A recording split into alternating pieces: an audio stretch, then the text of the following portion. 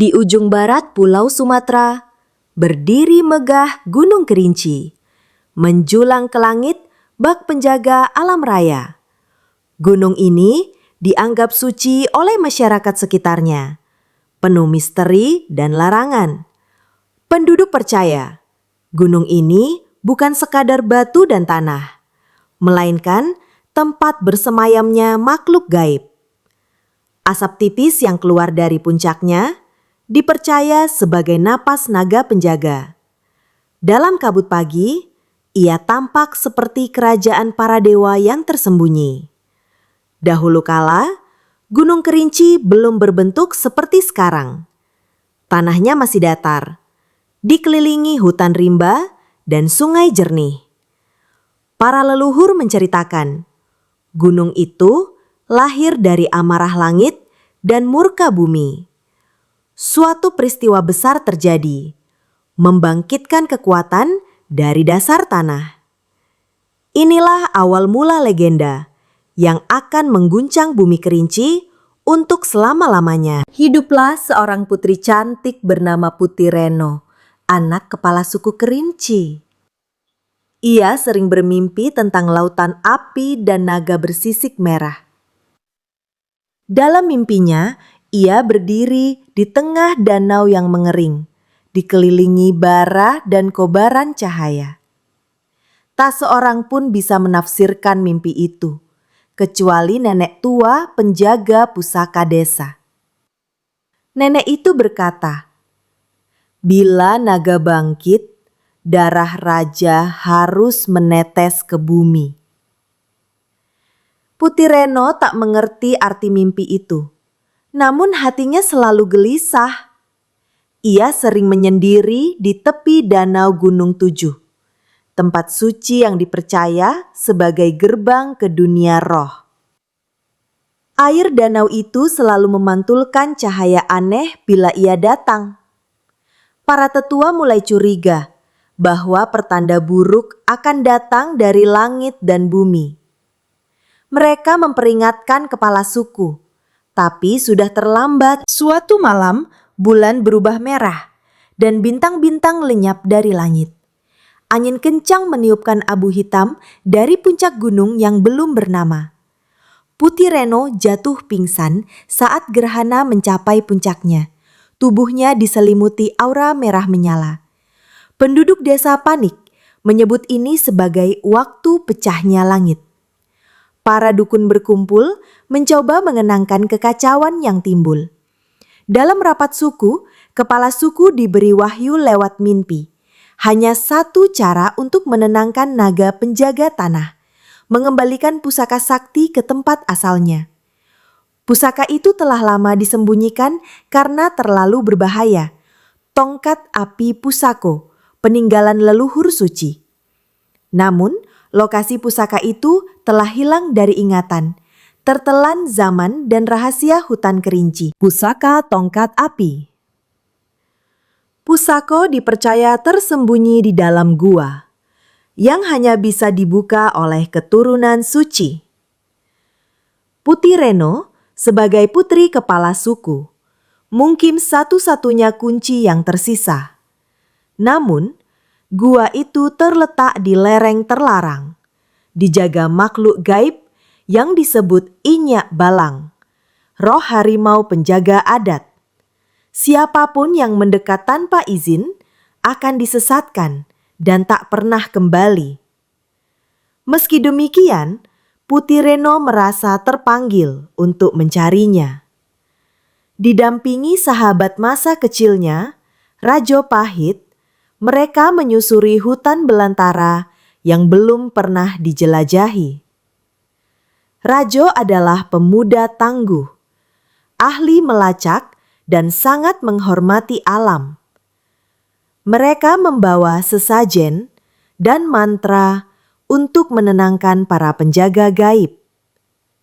Saat malam turun, suara lolongan dan raungan aneh mulai terdengar dari segala arah. Mereka tahu perjalanan ini bukan hanya menembus hutan, tapi juga dunia roh. Setelah 3 hari 3 malam berjalan, Mereka menemukan sebuah batu besar bersinar lembut di tengah hutan. Batu itu dipenuhi ukiran kuno dalam bahasa leluhur yang tak lagi dikenal. Saat Putih Reno menyentuhnya, tanah berguncang dan cahaya merah menyala dari bawahnya. Sebuah gerbang batu terbuka perlahan, memperlihatkan tangga menurun ke dalam tanah. Aroma belerang dan bunga menyatu, menandakan tempat suci yang dilindungi. Mereka menuruni tangga dengan hati-hati, disambut dinding gua yang berkilau seperti emas. Di ujung lorong, sebuah altar batu memancarkan cahaya merah dari tongkat yang berdiri tegak. Tapi di hadapan pusaka itu, seekor harimau putih bermata hijau duduk diam menghalangi. Inilah Inyak Balang, sang penjaga pusaka. Harimau itu berbicara lewat pikiran, meminta mereka menjawab teka-teki leluhur agar layak mengambilnya. Teka-teki dari Inyak Balang terdengar sederhana namun penuh makna. Aku tidak hidup, tapi aku tumbuh. Aku tak punya paru, tapi aku butuh udara. Aku tak punya mulut, tapi aku bisa membakar. Putih Reno berpikir keras, keringat dingin membasahi dahinya. Rajo Pahit menunduk, mencoba mengingat ajaran leluhur tentang roh api. Akhirnya, Putih menjawab, "Api." Harimau itu mengangguk perlahan, lalu menghilang ke dalam cahaya. Tongkat api pusako pun bergetar saat disentuh Putih Reno, menyatu dengan kekuatannya. Tubuhnya bersinar sesaat, lalu tenang kembali.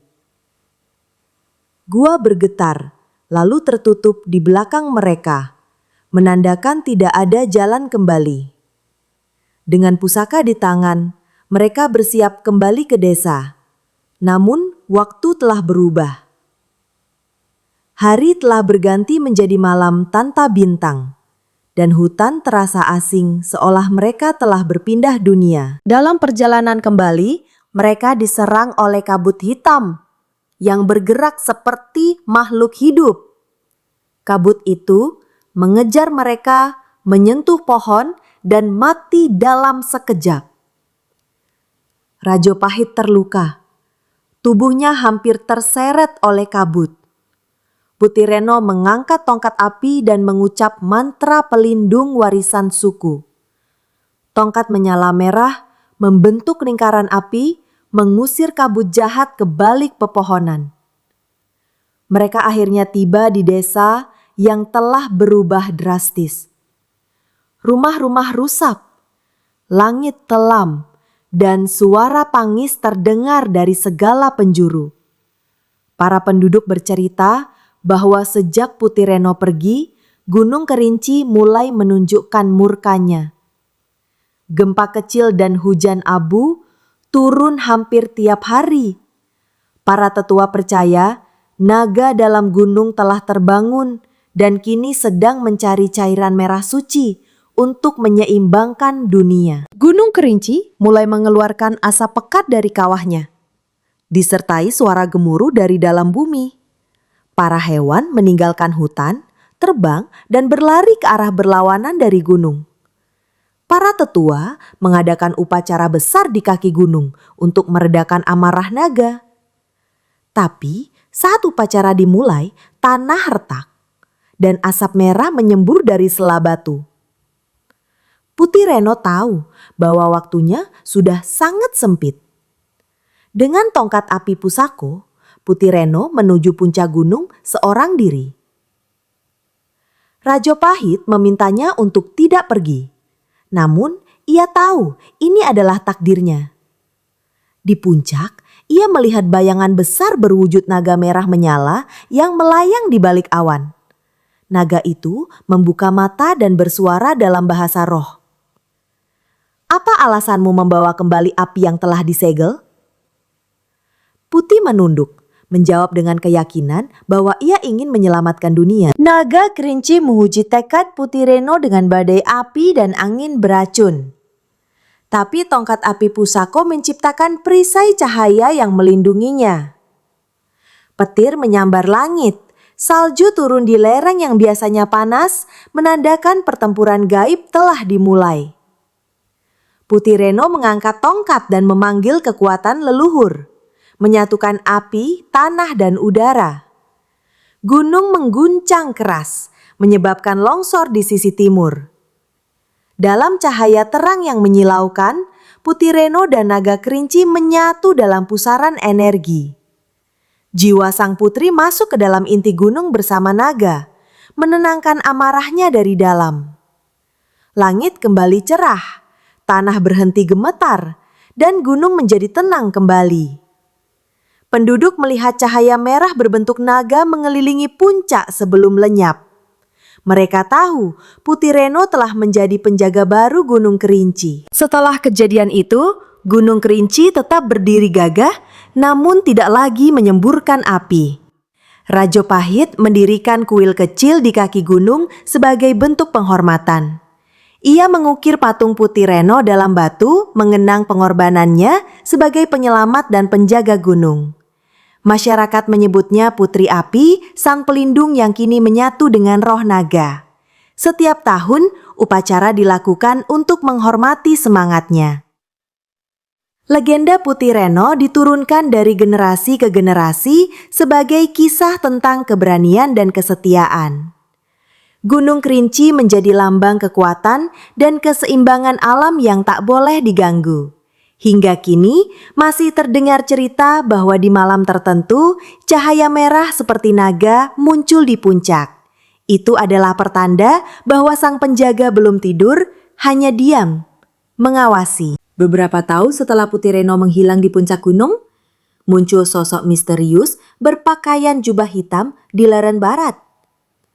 Penduduk menyebutnya Datuk Hitam, orang asing yang datang tanpa suara dan selalu memandang ke puncak.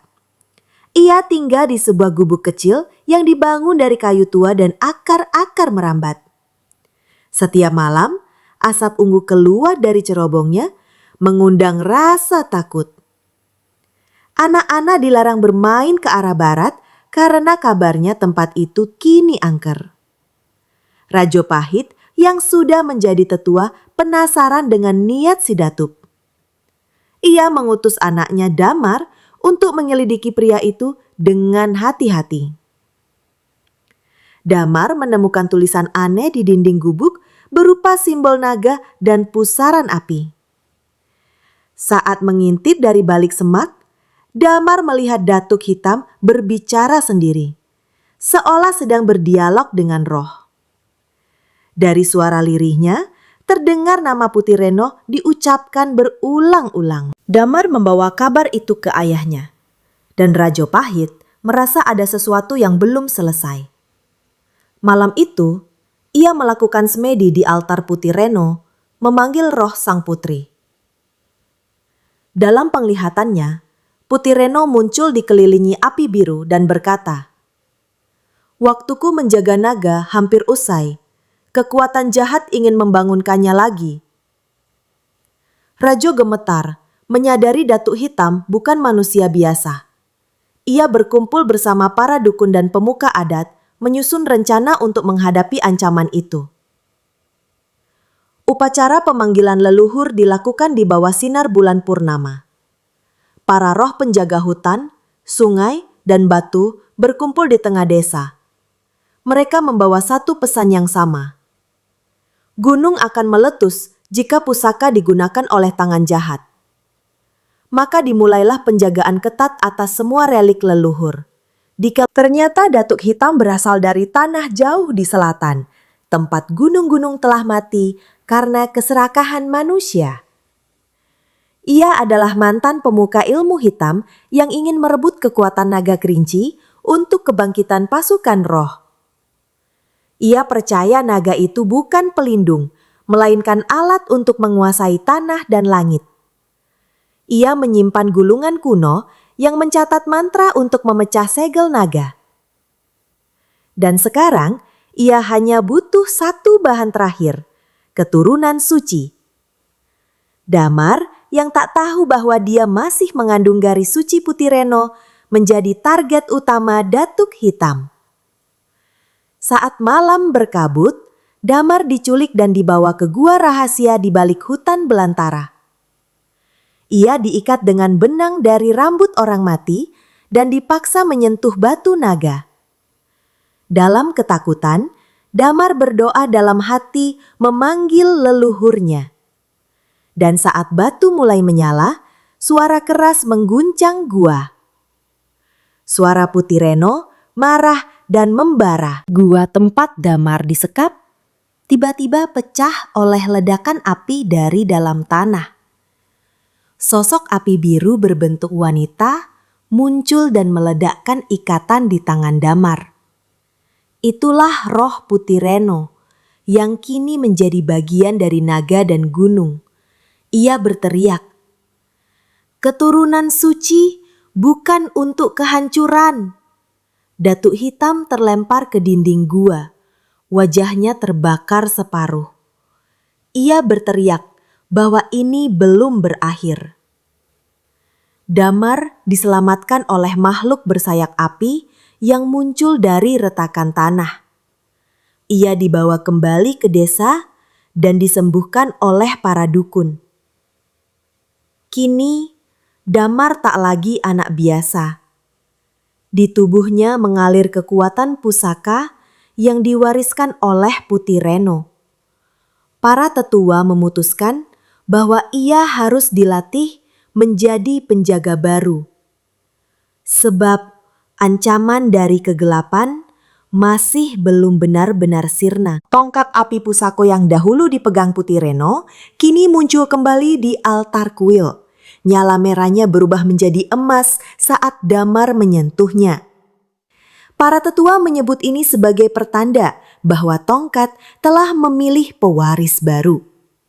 Damar menjalani pelatihan keras, belajar membaca aksara kuno, mengendalikan elemen, dan berbicara dengan alam. Setiap malam ia bermeditasi di kaki gunung untuk menyatu dengan kekuatan leluhur. Namun pelatihannya tidak berjalan mudah. Dalam mimpinya, Damar terus melihat naga yang resah. Tubuhnya terikat rantai api dan terus mengaum. Ia juga melihat Datuk Hitam mengumpulkan bayangan-bayangan jahat dari lereng gunung. Damar tahu waktunya tidak banyak. Ia harus menguasai tongkat api sebelum segel naga benar-benar pecah dan dunia dilahap api. Tanda kehancuran pertama muncul di Danau Gunung Tujuh, tempat suci peninggalan para dewa air. Air danau berubah kemerahan dan bau amis menyebar ke desa-desa sekitarnya. Para nelayan melihat makhluk besar berenang di dalam danau, berkilat seperti sisik naga. Damar dikirim untuk menyelidiki bersama dua dukun muda, Kirana dan Pamanah. Mereka tiba dan menemukan bahwa danau telah terbelah di tengah. Di dasar danau terdapat lubang besar menganga yang mengeluarkan uap panas dan suara bisikan. Kirana yang punya kemampuan merasakan roh mendengar jeritan jiwa-jiwa yang disegel di bawah gunung. Mereka adalah korban perang kuno antara manusia dan naga. Damar menyadari bahwa segel antara dunia manusia dan dunia naga telah mulai retak. Jika tidak ditutup segera, bukan hanya Gunung Kerinci yang akan bangkit. Di balik altar tersembunyi di kuil, para tetua menemukan gulungan tua yang berisi perjanjian leluhur. Tertulis bahwa dahulu kala, manusia pernah bersekutu dengan naga untuk melindungi alam. Namun keserakahan manusia menghancurkan ikatan itu, dan naga terpaksa disegel di dalam gunung. Putireno adalah satu-satunya yang mampu menjinakkannya, karena masih murni dan hatinya bersih. Kini, Damar harus melanjutkan perjanjian itu. Untuk menyempurnakan kekuatan pusaka, Damar harus mencari 3 elemen: air suci Danau Tujuh, api dingin dari batu hitam, dan daun cahaya dari pohon akar dunia. Ketiganya tersebar di tempat terpencil dan dijaga oleh roh kuno. Rajopahit memberikan cincin warisan Putih Reno agar Damar dapat diterima oleh para penjaga. Maka dimulailah perjalanan panjang melintasi hutan, danau, dan gunung-gunung lain. Perjalanan pertama Damar menuju lembah batu hitam di timur Kerinci, tempat api dingin dijaga oleh makhluk setengah manusia setengah asap. Roh itu bernama Serulak, makhluk penjaga api yang hanya muncul saat malam bulan mati. Damar dan Kirana harus bertahan dari ilusi yang diciptakan Serulak untuk menguji niat mereka. Hutan sekeliling mereka berubah menjadi kenangan masa lalu yang menyakitkan. Setelah melewati ujian batin, Damar berhasil menemukan batu hitam yang membara dalam dingin. Saat disentuh, nyala biru masuk ke dalam tongkat api, membuatnya bersinar 2 warna. Serulak menghilang setelah berpesan, hanya yang berani menerima dirinya yang layak memegang api. Mereka melanjutkan ke tempat berikutnya, menyusuri hutan lebat menuju akar pohon yang disebut pohon dunia. Di tengah hutan rimba yang tak tersentuh manusia, berdiri pohon raksasa bercahaya yang disebut pohon dunia. Dahan-dahannya menjulang ke langit dan akarnya menjalar hingga ke inti bumi. Di pucuk pohon itu tumbuh 1 helai daun cahaya, dijaga oleh roh bernama Mimi Sarai, wanita tua bermata cahaya. Ia meminta Damar menjawab 1 pertanyaan. Apa yang paling dibutuhkan seorang penjaga? Kekuatan, keberanian, atau kasih? Damar menjawab, kasih. Karena tanpa kasih, kekuatan menjadi kehancuran dan keberanian menjadi kesombongan. Nini Sarai tersenyum dan mengizinkan Damar mengambil daun tersebut. Daun itu melebur masuk ke tongkat, membuatnya bercahaya keemasan seperti mentari pagi. Kini tinggal 1 elemen terakhir, air suci Danau Tujuh. Namun ke sana, jalannya tak lagi aman, karena Datuk Hitam telah lebih dulu tiba. Danau Tujuh kini dikepung kabut tebal dan api yang menyala di permukaannya. Datuk Hitam telah membuka gerbang antara dunia manusia dan roh, dan nada Kerinci mulai menggeliat. Damar dan pasukannya datang terlambat. Perang telah dimulai antara para penjaga desa dan bayangan-bayangan jahat. Kirana terluka dan Pamanah hilang diseret ke dasar danau. Damar berdiri di atas batu tertinggi, mengangkat tongkatnya dan menyeru kekuatan 3 elemen. Cahaya dari tongkat menyibak kabut dan mengusir pasukan roh. Datu Hitam muncul, tubuhnya setengah terbakar dan menantang Damar dalam duel terakhir. Tapi Damar belum memiliki air suci dan kekuatan naga mulai tak terkendali. Gunung Kerinci kembali berguncang dan takdir mulai bergerak menuju puncaknya. Di tengah kekacauan, Damar mendengar bisikan dari air danau yang memanggil namanya. Ia melompat ke dalam danau, menyelam ke dasar terdalam hingga menemukan kristal yang bersinar biru, inti air suci. Tapi saat ia menyentuhnya, arwah para leluhur muncul menguji kemurnian jiwanya. Mereka melihat ingatannya, rasa ragu, marah, dan ketakutan.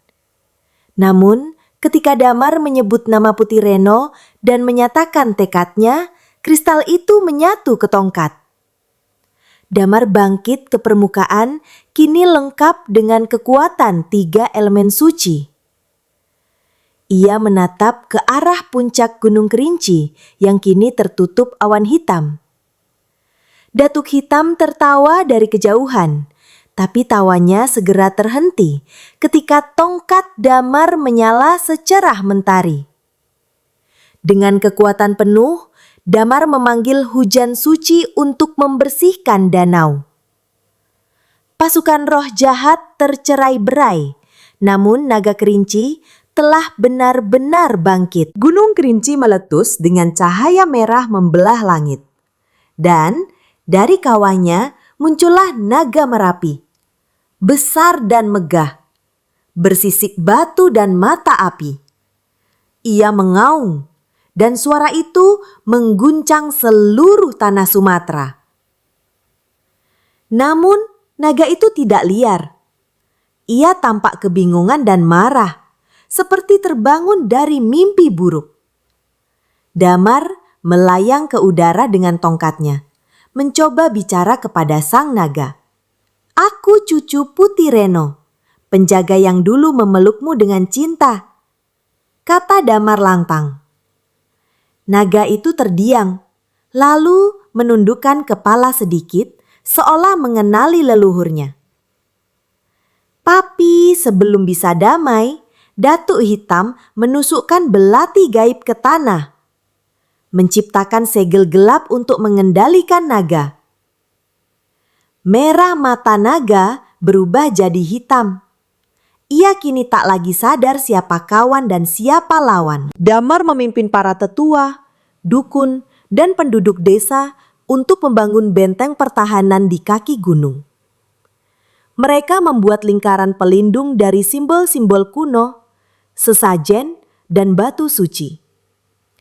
Setiap malam, naga yang telah dikendalikan menyerang, membakar hutan, dan menyebabkan hujan abu. Tapi Damar tak menyerah. Ia percaya kesadaran naga masih bisa diselamatkan. Kirana, yang sudah pulih dari luka, menyarankan upacara pemanggilan jiwa Putih Reno kembali ke dunia. Mereka membakar dupa dari akar dunia, bunga langit, dan tetesan air suci. Suara nyanyian pemanggilan menggema dari seluruh penjuru desa. Langit malam menjadi biru menyala, dan roh Putih Reno pun turun, membentuk cahaya berbentuk wanita di atas altar. Ia membawa pesan terakhir kepada Damar. "Kau harus mengorbankan sesuatu yang paling kau cintai." Damar bingung dan takut. Apa maksud pengorbanan itu? Ia bertanya pada para tetua. Dan mereka menjelaskan, untuk mengembalikan naga ke keseimbangan, satu jiwa suci harus menyatu dengannya. Kirana menawarkan dirinya, tapi Damar menolak. Rajo Pahit yang kini tua juga bersiap, tapi Damar tak mengizinkan ayahnya pergi. Maka di malam berikutnya, Damar duduk di puncak bukit, menangis diang-diang. Ia tahu jawabannya. Satu-satunya hal yang paling ia cintai adalah kehidupannya sendiri. Ia adalah harapan terakhir, namun juga kunci untuk meredakan amarah naga. Pagi harinya, ia berdiri di depan naga yang berselimut awan hitam dan berkata lantang, "Ambillah aku, jika itu bisa membuatmu damai."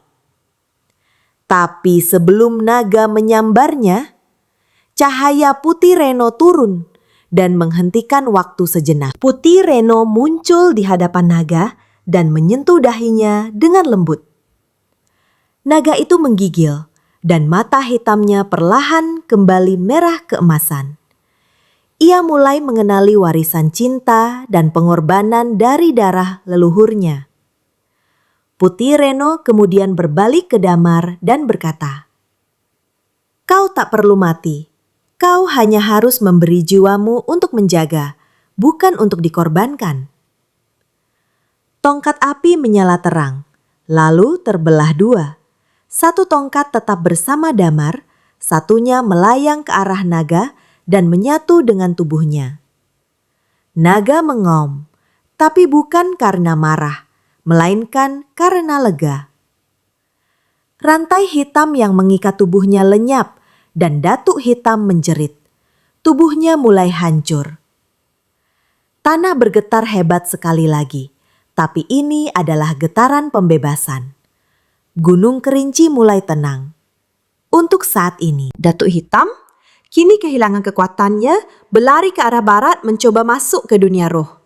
Namun, para leluhur sudah menunggunya di gerbang. Mereka menghukumnya dengan menyegel jiwanya di batu sunyi, tempat arwah-arwah jahat dikurung selamanya. Batu itu dikubur di dasar danau, dijaga oleh roh Serulak dan Nini Sarai. Dunia manusia bebas dari ancamannya untuk selamanya. Damar menanam pohon kecil di tempat pertarungan terakhir mereka sebagai tanda bahwa dunia telah seimbang kembali. Kirana dan Dajopahit menangis bukan karena sedih tapi karena lega. Langit di atas Gunung Kerinci tampak bersih dan puncaknya bersinar keemasan. Penduduk desa kembali menanam, berburu dan merayakan kehidupan. Namun mereka tahu legenda tak pernah benar-benar berakhir. Desa di kaki Gunung Kerinci kembali pulih. Tanaman tumbuh subur, mata air kembali jernih, dan suara burung terdengar di pagi hari. Damar membantu membangun kembali rumah-rumah yang rusak. Dan kuil Putih Reno diperluas menjadi tempat suci utama.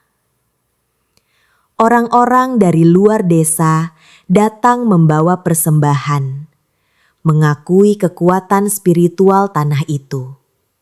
Para dukun muda mulai berdatangan untuk belajar ilmu penjaga alam.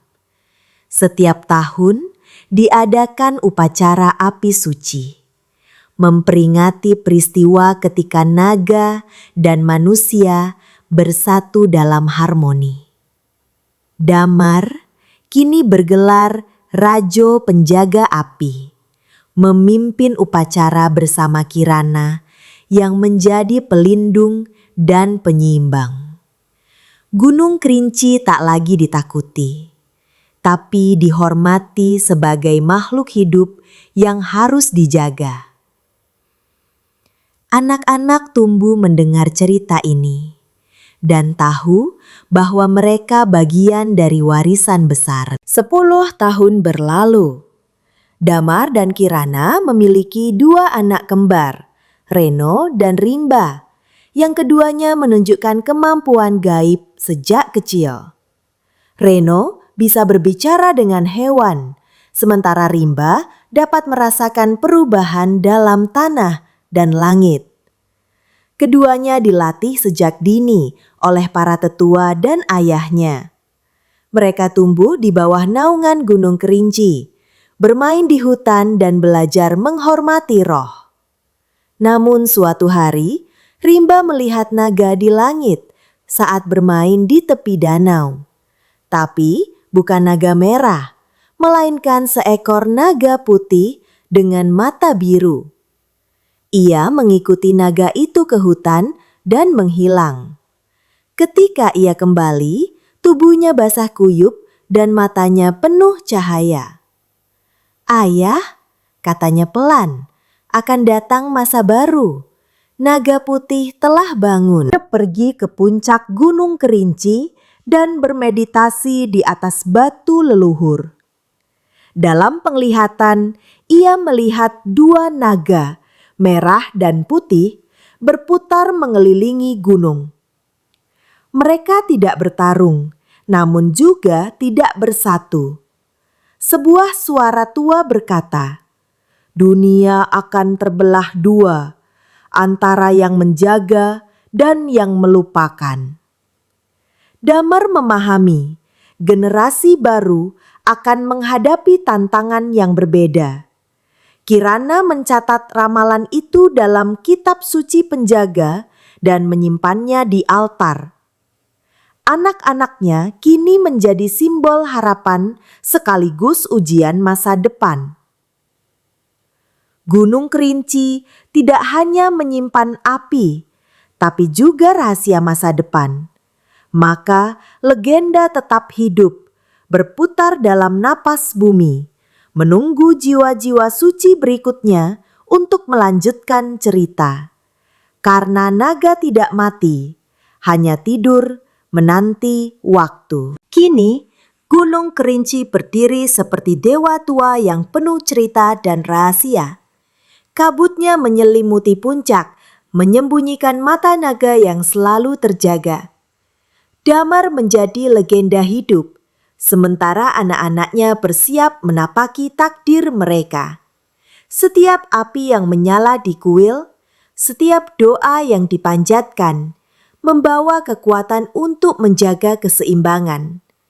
Legenda Putih Reno, Damar, dan Naga Kerinci terus diceritakan dari mulut ke mulut, dari satu upacara ke upacara berikutnya. Dan di suatu malam hening, cahaya merah dan putih tampak menari di atas gunung. Dua naga, dua masa, dua harapan, menjaga bumi, langit, dan manusia. Gunung Kerinci tidak hanya menyimpan magma, ia menyimpan jiwa. Dari arah timur muncul badai petir tak biasa yang menggulung langit desa. Orang-orang melihat sosok tinggi berselubung kabut berjalan di antara petir, membawa tongkat bermata dua. Ia disebut penapak langit, utusan dari kerajaan jauh yang ingin menaklukkan alam. Ia percaya kekuatan naga bisa digunakan untuk menundukkan seluruh gunung di Sumatera. Penapak langit ingin membangunkan naga putih yang kini bersemayam di danau tua. Rimba, anak Damar, menjadi orang pertama yang merasakan getaran jahat dari arah timur. Ia melihat mimpi tentang pohon roboh, api membakar ladang, dan seekor burung mati di atas kuil. Damar memanggil semua penjaga desa untuk bersiap. Kali ini bukan hanya Gunung Kerinci yang terancam, tapi seluruh tatanan penjaga alam di pulau itu. Kirana berdoa, berharap generasi muda mampu menahan badai baru. Langit merah di ufuk timur mengirim pertanda buruk. Gemuruh tanpa hujan, petir tanpa kilat, angin tanpa arah. Semua hewan di hutan turun gunung, mencari perlindungan. Pohon tua di kaki Gunung Kerinci yang dianggap rumah roh, roboh begitu saja, meninggalkan lubang besar. Dari dalamnya keluar angin dingin yang membekukan tanah. Para tetua menyebutnya tanda pecahnya penyeimbang dunia. Reno dan Rimba tanpa diperintah menghadap altar Putih Reno dan menyalakan nyala api pusaka. Namun tongkat itu tak menyala seperti biasanya. Reno berkata, "Ini bukan tugas ayah lagi, ini giliran kami." Damar terdiam, menatap anak-anaknya dengan bangga dan takut bersamaan. Ia tahu saatnya telah tiba, warisan telah berpindah tangan. Gunung kini dijaga oleh darah baru. Reno memimpin ekspedisi ke Danau Dalam, tempat naga putih terlihat terakhir kali. Bersama Rimba dan Kirana, mereka melewati hutan yang ditumbuhi jamur bercahaya dan pohon bisu. Di danau, airnya tidak lagi biru, tapi perak memantulkan langit. Seekor naga putih besar berenang perlahan di dasar, matanya tertutup. Tubuhnya melingkar rapi seperti sedang bermeditasi. Namun di seberangnya, penapak langit telah menyiapkan ritual pembangkit. Reno menyuruh semua orang mundur. Ia melangkah ke air dan berbicara langsung ke naga melalui hati. Aku tidak ingin memerintahmu, aku hanya ingin menjaga. Perlahan mata naga putih terbuka, tapi sebelum bisa bangkit, penapak langit menusukkan tongkat petir ke tanah. Langit pecah dan cahaya hitam mengalir masuk ke tubuh naga. Rimba menjerit, merasakan jiwanya terkoyak karena ikatan darahnya terhubung dengan naga. Gunung Kerinci kembali bergetar. Kali ini bukan karena naga merah, tapi karena pertarungan dua energi. Api dan es, merah dan putih, panas dan dingin. Reno dan Rimba harus menghadapi naga putih yang sekarang dikuasai oleh kekuatan penapak langit. Naga itu memuntahkan salju panas yang membekukan udara dan membakar daun. Reno menggunakan pusaka tongkat api yang diwariskan Damar. Tapi kekuatannya tak cukup kuat. Kirana membisikkan satu rahasia.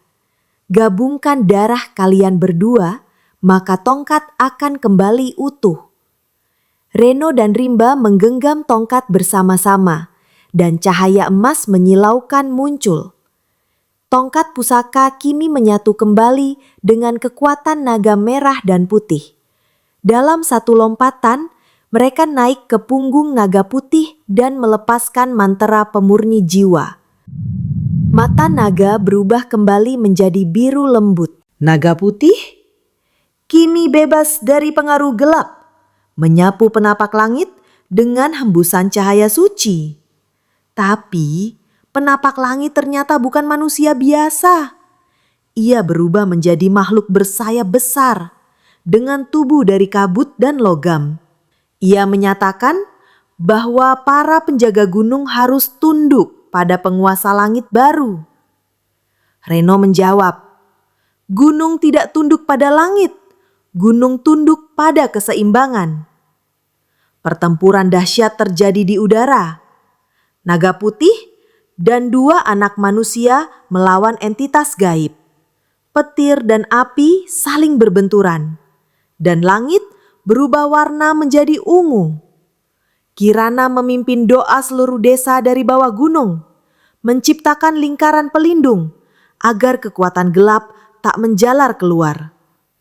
Damar berdiri di altar putih Reno, mengangkat tangan ke langit, menyerahkan sisa tenaganya untuk memperkuat anak-anaknya. Penapak langit menyerang Rimba dengan sinar petir yang menembus tubuh. Rimba jatuh dari langit, tubuhnya terluka parah, jiwanya mulai lepas. Reno menangis, memeluk saudaranya dan menyalahkan dirinya. Tapi dari dada Rimba muncul cahaya kecil. Jiwa naga merah yang dulu bersatu dengan putih Reno. Ia masuk ke tongkat dan pusaka meledak menjadi sayap api yang membungkus Reno. Dengan kekuatan baru itu, Reno menyerang balik dengan satu mantra terakhir. Warisan tidak bisa dihancurkan, hanya dilanjutkan. Penapak langit terpental ke awan dan meledak menjadi kabut hitam yang lenyap. Langit kembali biru dan suara naga putih terdengar. Tenang, damai, bersatu. Tubuh Rimba diselimuti cahaya dan menghilang. Rohnya kini menjadi penjaga baru di langit Kerinci. Setelah peristiwa besar itu, langit di atas Gunung Kerinci tak pernah lagi sama. Setiap malam, dua naga terlihat di antara bintang. Satu merah, satu putih. Mereka terbang bersama, menjaga tanah dari atas awan. Reno kembali ke desa dengan luka dalam hati, tapi juga penuh makna. Ia menggantikan ayahnya sebagai penjaga utama, dan Kirana menjadi pemimpin upacara dan guru anak-anak. Damar yang kini tua dan tenang, duduk di beranda kuil, menatap langit sambil memeluk tongkat pusaka yang tak lagi menyala. "Gunung ini telah menjagamu," katanya pelan pada angin. "Dan kini giliranmu menjaga mereka." Legenda terus ditulis. bukan lagi di batu, tapi di hati setiap anak yang lahir di kaki gunung.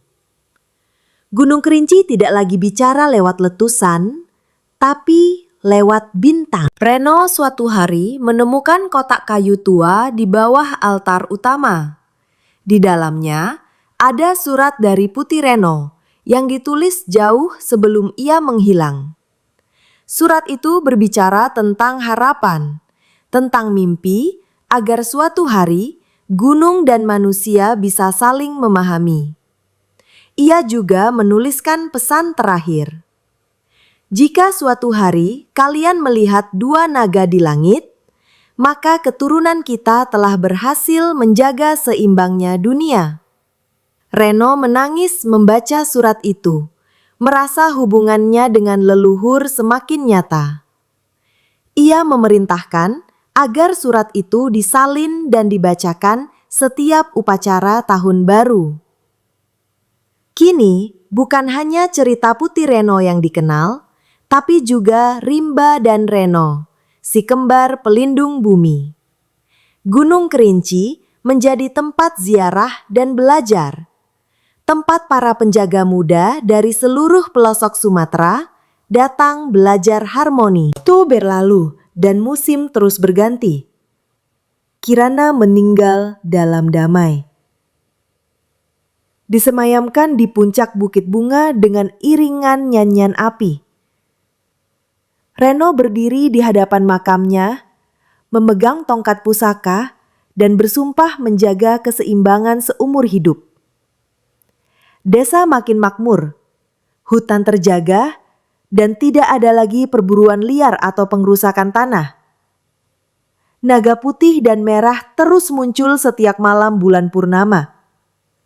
Gunung Kerinci menjadi simbol bahwa kekuatan sejati bukanlah letusan dan kemarahan, melainkan pengorbanan, kasih, dan keberanian menjaga. Tak lagi ada ketakutan terhadap gunung, hanya rasa hormat mendalam. Setiap anak yang lahir diberi nama dari tokoh legenda. Reno, Rimba, Kirana, bahkan Datuk. Untuk mengenang bahwa bahkan kegelapan pernah menjadi bagian dari kisah ini. Gunung Kerinci, kini dan selamanya, berdiri sebagai penjaga kehidupan dan keseimbangan. Ia bukan lagi sekadar batu dan magma, tapi tubuh dari kisah para leluhur yang tak pernah mati.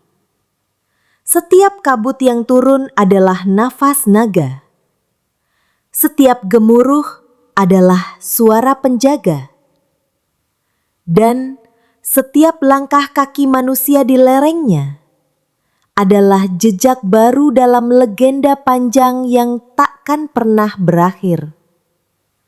Karena legenda sejati bukan tentang akhir, tapi tentang siapa yang meneruskan nyalanya. Gunung Kerinci akan terus bernapas sampai manusia terakhir mengucap namanya. Dengan hormat, cinta, dan janji untuk menjaga.